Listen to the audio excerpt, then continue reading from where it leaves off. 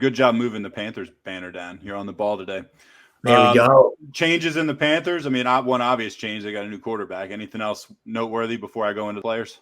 Yeah, the biggest is obviously Darnold and what he's going to bring to the table, which granted, there's huge question marks. So that's going to obviously impact how everyone else does here. They did draft Terrace Marshall as well, a player I love, who I'm going to talk about. But in terms of the coaching front, they still have Joe Brady, who was getting some head coaching calls. One of my most intriguing offensive coordinators. They didn't quite hit that ceiling last year. I think a lot of that was Teddy Bridgewater being a little bit, and I don't know if Sam Darnold's going to help them reach that ceiling either. But just remember, LSU a couple seasons ago shattered NCAA records under Joe Brady's watch. I can't wait to see if Darnold is the real deal. He's going to have no excuses, and we're going to talk about him in a second. As you see, 570 pass attempts, 421 rush, pretty balanced, about 58% pass, 42% rush. Given, you have a back like McCaffrey, you think that'd be a little bit higher, but he's most dangerous when you're using him as a receiver, hence the high pass to rush ratios. All right, Darnold, 361 out of 570 for about 4,100 yards, 25 touchdowns, 16 picks.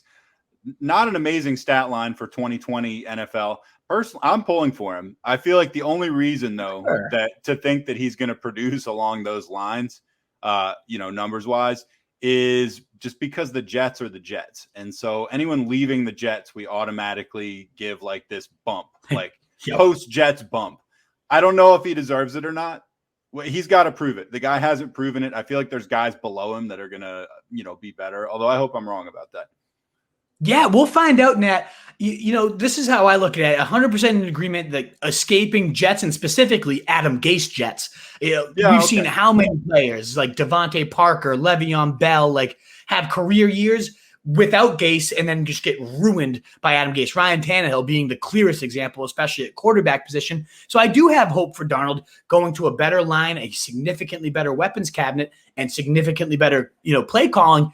What I like about this situation is if it doesn't work out, then there's no real question marks as to who's at fault. Whereas Darnold, at this point, you can say he has not gotten a fair shake. He was dealt the worst possible hand you could possibly get at the NFL level. And now he's coming into a solid, straight, good poker hand right here. And we'll find out what he actually does with it. I do think, there's plenty of bad habits in terms of being too jittery in the pocket. We talked to Ted Nguyen of The Athletic, great interview, great film guy, who said it about 30% Darnold pans out, 70% he doesn't, because he saw so many bad fundamentals that he's not sure he'll ever fix. But he did mention so many positives too in terms of moving, when he is on the run, great arm, still flash that, what made him a top 3 pick, that cannon. So he's got the upside still there. I personally said it closer 45, 55, because I really do think everything around him is so good that if Darnold has anything of note, he's going to be a solid player this year. So we'll find out.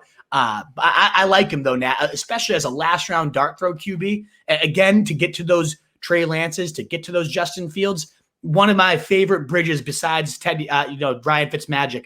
I think Sam Darnold could be a really interesting flyer late in drafts. Well, and Ted did say, I think, I probably get the quote wrong, but he said something like 30% chance he turns into a, respectable, good quarterback, but that's a realistic chance. 30% is not a bad chance. And you're saying you think even more even. So I do, because the surroundings are so well, especially the main guy we're about to talk about here. All right, well, let's get right into that main guy, CMC, Christian McCaffrey. You got him down for a gaudy stat line, Wolf. 316 carries, 1,359 yards, 16 touchdowns on the ground. That's to go along with his 99 receptions on 114 targets. Let me just stop you right there, that if he gets to 99 receptions, they're going to throw him that 100th ball. The last game of the season. They're not going to let him sit on 99. So I can tell you right now, that's unequivocally wrong. 99 receptions on 114 targets, which is an amazing catch rate, for another 772 and 4 touchdowns. Honestly, if he's catching 99 balls, Wolf, I don't think there's any way he's only scoring 4 times on those.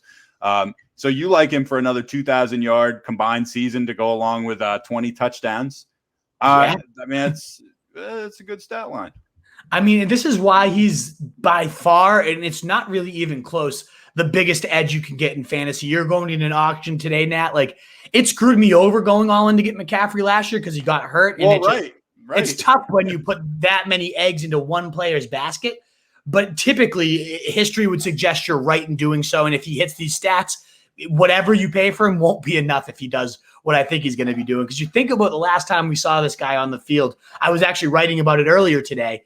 It was insane. He outscored the next closest running back by 6. I think it was 160 points, which was Aaron Jones that season in 2019. He broke his own reception record with 116. He had like 2,300 total yards. The first 1,000 rushing, 1,000 receiving season since Marshall Faulk. I think one of only 3 players to ever do it. The guy is a genuine freak. And what's so crazy about that is last year he was actually averaging more fantasy points per game in the few that we saw him than that historic season before. It was 29 points per game the historic season. He was actually averaging over 30 points per game last year. So, I mean, it wasn't like this guy was going to be a bust if he was on the field. He was killing it. They were using him as a true workhorse as they had been.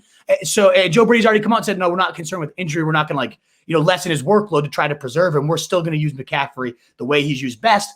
And I cannot wait to see what a full season of Joe Brady and this type of weapon look like. I would pay every dollar I have to go get him tonight, Nat, and it could screw you. All right, hold on. I'm going let's for unpack it. that, and this is going to make us go over a little bit, but it's okay because it looks like you're not going to get swept away by a tornado. So we got a couple extra minutes. I'm still alive here. Yes. When you say you would pay every dollar you had, I really want to know what you mean by that. We got $200 budget in my league. ESPN, I believe, has him at $75. You would go 75. Yeah, I'd go 75. Yes. What would you go? I mean, it's hard. I mean, I'm wondering, like, where would you stop? I do think I know it's impossible to answer that question. There's other factors going on. I mean, 80 is 40% of your money. Right. And I think he's worth it. I really do. The only reason he wouldn't be is if you're not very confident on your ability to pluck out some of these value guys. I do think I can pluck out value guys. Exactly. I really do. And I think you should be confident in that, especially at wide receiver. There's always those, like last year when I did McCaffrey for 80, I got Calvin Ridley for like $19. Those types of guys, you pluck them out, you get the right ones. Robert Woods was 17. You find a couple of those like pretty good guys. Your second running back's probably not going to be great if you blow that much on McCaffrey. But even still, you might find yourself getting a nice value on like David Montgomery, who probably isn't that sexy, or Chris Carson, a little unsexy upside. I went Derrick Henry, Chris Carson last year, and that worked out pretty well. And then I got DK and then Allen Robinson for $10. Yeah, it's just such a big edge, in my opinion, if you get a full healthy season of McCaffrey. That, of course, is the risk. And, of course, if you put all that money into him and he gets hurt like last year, you're just about dead in the water. I still made like the playoffs I lost first round. Just wasn't that great of a team after you've burnt that much on him. Yeah. But I think you're a good enough drafter. And I think most people, if you're listening to this show, not that we're that good, we're making you good enough drafters to do it, but you're pretty deep into fantasy if you know us. So you probably have the right people around him too. I really like McCaffrey. I think you got to go for it. I'm going to text you as the updates come in tonight. All right, Absolutely. Let's talk about this receiving core. This is interesting. This is kind of one of those, I'm not sure how this is going to fall out. We got DJ Moore. You got him down for 75 catches, 1125, and 4 touchdowns on 125 targets. He's there with Robby Anderson, 86 catches for 1118 and 5 touchdowns, and that's on 131 targets. Then we got Terence Marshall, an intriguing one. You've got him, I believe I read this right, 64 catches for almost 809 touchdowns. So as many touchdowns as the other two guys put together. That makes them a pretty bunched up crew. You like them all over 100 targets, which is interesting. Are you hedging because you don't think any of them are crazy superstars, or do you really just see it getting spread around that much, even with McCaffrey in the mix?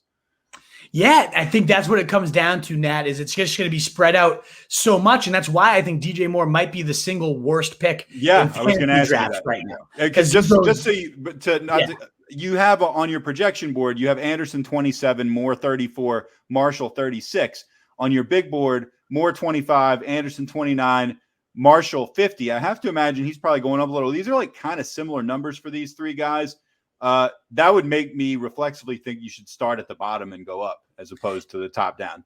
100%. I own Marshall in almost every best ball draft I've done because you can get him round 13, round 14. Whereas the other guys, I find myself getting Robby sometimes in round 6. The issue I have is DJ Moore as a player. I love. I think he is fantastic. And as you were saying, no one elite here. I think DJ Moore could be that guy. Sadly, they're not using him. Joe Brady's first year, Robby Anderson and him tied for targets, and that was without McCaffrey there. That was without Terrace Marshall. Yeah, Curtis Samuel saw quite a bit of the target share.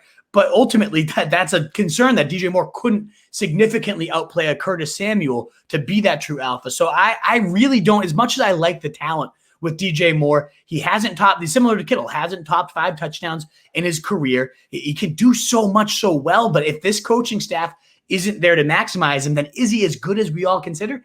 Maybe not. So he's the one I'm fading everywhere. If you have to pay, like, a late 4th, early 5th for him, which is where he goes, there is so many guys I much prefer to him. He goes before Brandon Ayuk, before T. Higgins, and I think I was just going to say he's not going above T. Higgins, is he?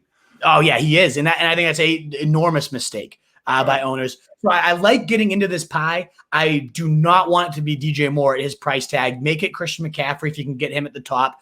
Get Robby Anderson around 6-7 if he's there. But otherwise, just Terrace Marshall everywhere, as you said. Joe Brady had him at LSU in that historic year. He was a touchdown maven there. He's 6'4", big body, first preseason game. He's moving into the slot. He's moving all over the place. And the slot really is what draws me to him, because Darnold had targeted his slot right around 25% of the team. The slot guy has always led Darnold his target totem pole. So I don't think Terrace Marshall will pace this team in the targets, but I do think in terms of touchdowns, clearly, as you said, I think he could double up or combine what the other two guys do, given that big body, given the way I think Joe Brady's going to use him in the red zone, and given all the other weapons around him. I love Marshall. I will go and get Marshall in every single draft I possibly can. Make sure you pay the $1 or $2 that it takes to get him tonight, Nat, because I think he's a stud. All right. So I found this Panthers conversation really interesting. We did just hit time because we digressed a little bit, but we'll talk tight end real quick. I don't think there's a lot to say. Dan Arnold, 27 catches, 248, 3 touchdowns. He the worst tight end or lowest fantasy tight end on any team? I actually, there might be 1 or 2 worse, but no, he's pretty close to the bottom. He's in the conversation though, right? Yeah. Certainly. And what's weird is last year, Ian Thomas ran like the top 6 in routes run for tight ends, but he finished like 60th in targets. He was essentially just a big body decoy out there.